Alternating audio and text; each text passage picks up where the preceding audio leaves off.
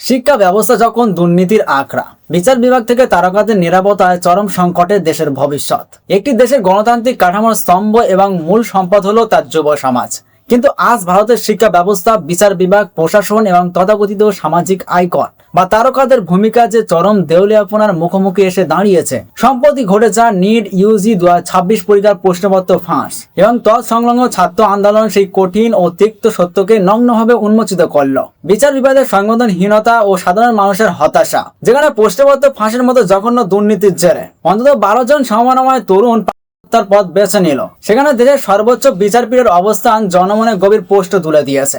যন্তর মন্তরে আন্দোলনরত শিক্ষার্থীদের ওপর পুলিশের নিরম লাঠিচার্জ ও অমানবিক আচরণের বিরুদ্ধে জরুরি শুনানির আবেদন জানিয়ে জমা দেওয়া ভিডিও প্রমাণের প্রসঙ্গে সুপ্রিম কোর্টের প্রধান বিচারপতির মন্তব্য, আমাদের সময় নষ্ট করবেন না, এসব ভিডিও দেখার সময় আদালতের নেই। এটা শুধু হতাশাজনকই নয়, বিচার ব্যবস্থার প্রতি সাধারণ মানুষের আস্থাকে চরম ধাক্কা দেয়। নিট ইউজি পরীক্ষার স্বচ্ছতা যেখানে লক্ষ লক্ষ শিক্ষার্থীর ভবিষ্যতের সঙ্গে জড়িত, সেখানে ভিডিও দেখার সময় নেই বলে আর্জি খারিজ করে দেয়া এক ধরনের বিচার বিভাগীয় সংবেদনহীনতারই পরিচয় দেয়। ক্ষমতার অহংকার এবং সরকারের নৈতিক পরাজয়। ভোটের মুখে যে রাজনীতিবিদরা জনগণের দুয়ারে হাত জোর করে দাঁড়িয়ে থাকে, ক্ষমতায় বসার পর সেই একই ব্যবস্থার প্রধানদের মধ্যে চরম অহংকার ও ঔদ্ধত্য দেখা যায়। কেন্দ্রীয় শিক্ষামন্ত্রীর পদত্যাগের দাবিতে তরুণ শিক্ষার্থীরা যখন রাস্তায় পুলিশের লাঠিচার্জ সহ্য করে মাটি আংড়ে পড়ে রয়েছে এবং দুর্নীতির জেরে একের পর এক শিক্ষার্থী নিজেদের শেষ করে দিচ্ছে, তখন সরকারের অবস্থান কেবলই নিজেদের ইমেজ বা রাজনৈতিক প্রেস্টিজ বাঁচানোর চেষ্টায় সীমাবদ্ধ।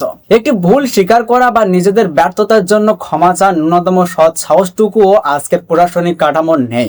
পোস্ট ফাঁস হওয়ার দীর্ঘ 2 মাস পর প্রধানমন্ত্রীর মুখে অন্যায় হয়েছে জাতীয় বার্তা শোনা গেলেও ব্যবস্থার খোলনলচের বদলানো কিংবা দায়বদ্ধতা নির্ধারণের কোনো কার্যকর পদক্ষেপ এখনো অনুপস্থিত। সরকার এবং আদালতের এই বিমুখতার মাঝে লাদাখের সমাজকর্মী সোনাম ওয়াংচুক সহ দেশের অগণিত শিক্ষার্থী ও সাধারণ মানুষ যখন অনশন ও প্রতিবাদে সামিল হন, তখন সেটি স্পষ্ট করে দেয় যে এই আন্দোলন কেবল একটি পরীক্ষার প্রশ্নপত্র ফাঁসের বিরুদ্ধে নয়, এটি ব্যবস্থার সার্বিক পতনের বিরুদ্ধে তৈরি হওয়া এক ক্ষোভের বহিঃপ্রকাশ। তারকা ও তথাকথিত আইকনদের সুবিধাবাদী নিরাপত্তা, যে যুব সমাজ বড় বড় সেলিব্রিটি ও তারকাদের নিজেদের আইডল বা আদর্শ মানেন, সেই তথাকথিত তারকারা দেশের এই চরম সংকটের সময় সম্পূর্ণ নীরব ও আত্মকেন্দ্রিক। বাণিজ্যিক স্বার্থ, কোটি টাকার বিজ্ঞাপন এবং স্পন্সরশিপের লোভে যুব সমাজকে বিভ্রান্ত করতে পিছপা না হলেও শিক্ষার্থীদের ওপর নির্মম অত্যাচারের বিরুদ্ধে কিংবা ন্যায়ের পক্ষে সত্য কথা বলার সাহস তাদের নেই। এই সুবিধাবাদী নিরাপত্তা প্রমাণ করেছে সাধারণ মানুষের আবেগ ও সমর্থনকে পুঁজি করে নিজেদের সাধ্য সিদ্ধি করাই এদের একমাত্র লক্ষ্য।